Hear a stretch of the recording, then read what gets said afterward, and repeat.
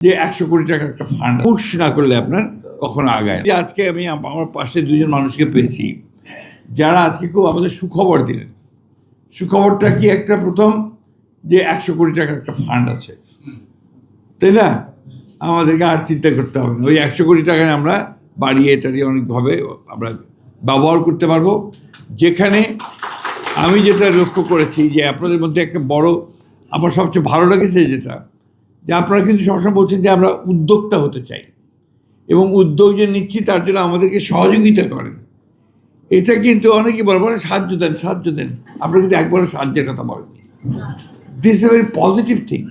এবং এই জিনিসটাকে আমি এখানে সত্তার সাহেব আছেন, যিনি অত্যন্ত গুরুত্বপূর্ণ জায়গায় বসে আছেন, একজন প্রধানমন্ত্রীর মুখ্য সচিব তিনি, এবং তার সঙ্গে আলাপ করেই আমরা সামনের দিকে এগোতে চাই। আমাদের বিজন বাবু দাদা আছেন, তিনিও খুব শিগগিরই এমন একটা জায়গায় যাবেন যেখানে গেলে তিনি আপনাদের বিষয়টা খুব ভালো করে দেখতে পারবেন। আর আমি তো আপনাদের লোক, আমি আপনাদের সঙ্গে যাচ্ছি, ঠিক কিনা? আপনাদের লোক কিনা কি? হ্যাঁ, এই কথাই আমি বলতে চাই। আসলে আমরা এই দেশে আমাদের অনেক সমস্যা আমরা জানি, এই সমস্যাগুলোকে আমাদের আস্তে আস্তে এক এক করে যে আমরা এগিয়ে যাই সমাধান করা সম্ভব।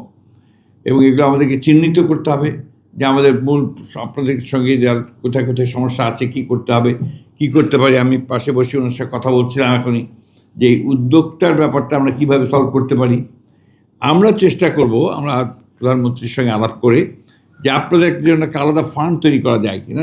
একটা তো 100 কোটি আছে আলাদা, কিন্তু আপনাদের এই উদ্যোক্তাদেরকে ঋণ দেওয়ার জন্য স্বল্প সুদে হোক, বিনা সুদে হোক, অথবা কোনো জামানত ছাড়া এসএমই করতে পার, কীভাবে করা যায়, আমরা উইল ক্যান ডু ইট, আমরা করতে পারবো। তাহলে কিন্তু আমাদের অনেক সমস্যা। আপনাদের অনেকেই আছেন চাকরি করেন, বিভিন্ন জায়গায় এনজিওতে চাকরি করেন, কেউ সরকারি চাকরি করেন, বেসরকারি প্রতিষ্ঠানে চাকরি করেন, তাই না? তো তারা করছেন। আপনাদের শিক্ষার কোনো ব্যাপার থাকলে সেটাও আমরা দেখব চেষ্টা করে। আপনারা ট্রেনিংয়ের কথা বলেছেন, সেই ট্রেনিংটাও আমরা সেইভাবে ব্যবস্থা করতে পারবো। আমাকে এখনই ছাত্র সাহেব বললেন যে তার অফিসার্স ক্লাবের উল্টো দিকে আপনার একটা অধিদপ্তর আছে, সেই অধিদপ্তরটাতেও আপনাদের কী কী সহযোগিতা আমরা পেতে পারি।